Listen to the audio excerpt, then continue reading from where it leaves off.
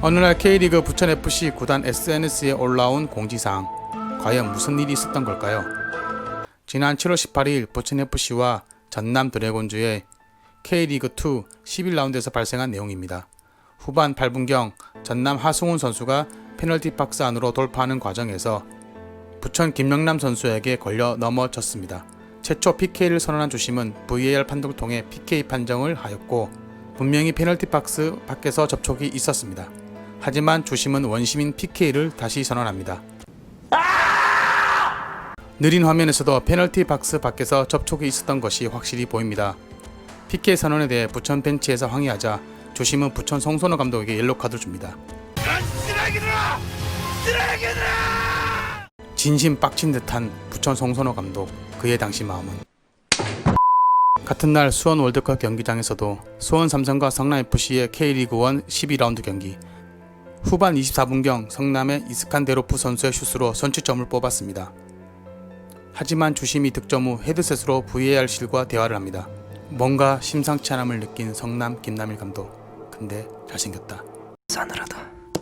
가슴에 비수가 날아와 꽂힌다. 네, 오프사이드로 인해 득점 무효가 선언됩니다.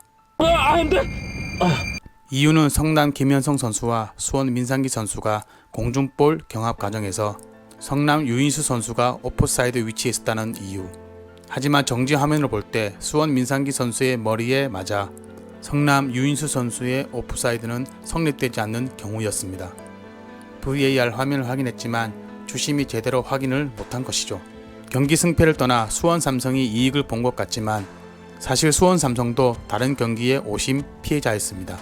지난 7월 4일 FC 서울과 슈퍼매치 당시 세 번째 실점 장면 역시 오심으로 인정이 되었습니다. 수원 양상민 선수의 태클은 분명 볼을 먼저 터치했고 태클이 연속되는 동작에서 파울이 선언된 것입니다. 결국 실점으로 이어지고 경기 결과는 3대3. 누구보다 억울한 수원 이인생 감독. 승점 2점을 손해보게 된 수원 팬들의 마음은 꼭 그렇게 다 가져가야만 속이 후련했냐? 어쨌든 7월 21일 축구협회는 언론 브리핑을 했습니다. 수원 성남전, 전남 부천전 VAR 판정을 오심으로 인정했습니다. 하지만 오심으로 피해를 본 팬과 구단은 어떠한 보상도 받을 수가 없었습니다.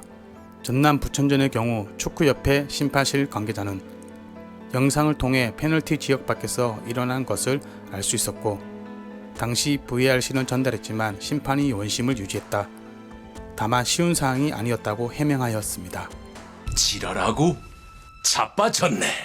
수원 성남전의 경우 오심을 인정하며 현재 VAR 시스템은 큰 돌을 찾는 것이고 땅을 파서 자갈을 찾는 게 아니라는 해명을 하였습니다. 이 뭔 개소리야? 반대로 오심으로 보이지만 정심으로 인정한 사례도 있었습니다. 수원의 바로 이전 경기인 포항 스틸러스와의 K리그1 11라운드 경기. 공중볼 경합 과정에서 포항 골키퍼 강은무 선수는 같은 팀 포항 수비수와 부딪히게 되고 수원 김민우 선수가 슛을 할 때 수원 타가트 선수는 점프 후 착지하는 과정으로 GK 시야를 가릴 의도가 없어 보였고 포항 골키퍼 강은무 선수는 볼을 주시하는 모습을 볼 수 있었습니다. 하지만 기술 들어갑니다. VAR 판독까지 하였으나 수원 타가트 선수의 포항 GK 시야 방해로 득점 취소가 되고 축구협회 심판위원회에서는 정심으로 인정을 합니다. 정말 대단하네요. 공정하게 하는 것이 그렇게 어려운 건가요?